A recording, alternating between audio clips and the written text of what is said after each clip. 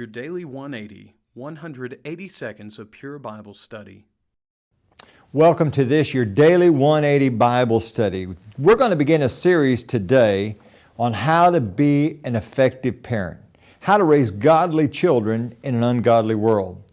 And we're going to be looking primarily at Proverbs chapter 3. Today we're going to kind of introduce the concept. In Proverbs chapter 22 and verse number 6, the wise man said, "Train up a child in the way he should go, and when he is old, he will not depart from it." Now I'm going to say something that may surprise you, but I want you to understand something about the nature of Proverbs. Proverbs is general truth. Generally, that's true. It's not absolute, but it's generally true. And you say, what do you mean? I thought the Bible is absolute. Well, it is, but you got to understand the nature of Proverbs. Listen to Proverbs chapter 10, beginning at verse number 4.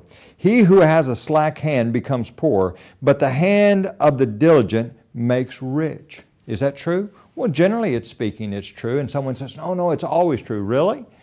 Do you remember over in Matthew chapter 8, a scribe came to Jesus and was going to follow him, and Jesus said, "The Son of Man does not even have a place to lay his head." You see, Jesus was the most diligent man that ever lived, but he didn't have a lot of wealth. But it doesn't mean that this is not true. It's a general truth. And so we need to do everything we can to raise our children right. They still have free choice and they can still go off their way. But here's the point that I want you to get.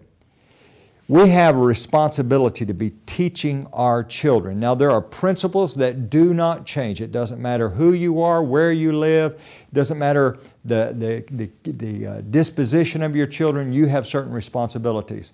But because every child is unique, there are going to be some unique ways that you approach your children. And so there's a sense in which there are two books. There's God's book, which is absolute moral truth, and you're going to be drawing from those principles, and we'll be looking at those principles. And then there's a second book where you're going to be writing the book on the application for your child, the way you approach the individuality of your child. And so it's very important. I want you to think about the book of Proverbs as a book of parental guidance, a father giving suggestions and ideas to his children about how they should live.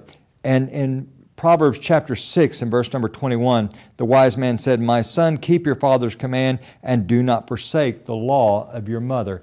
This is a great, great study for us, and I hope you'll join us tomorrow for your Daily 180.